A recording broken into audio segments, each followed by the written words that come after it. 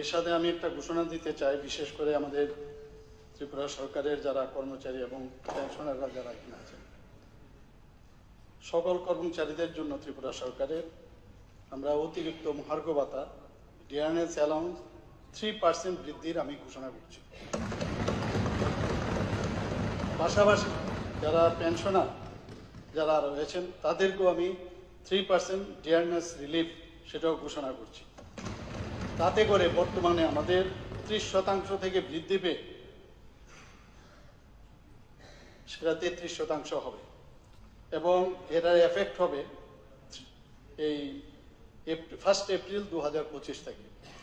এতে করে এই বাবদ আমাদের প্রায় 300 কোটি টাকার ব্যয় আমাদের বহন করতে হবে। ধন্যবাদ।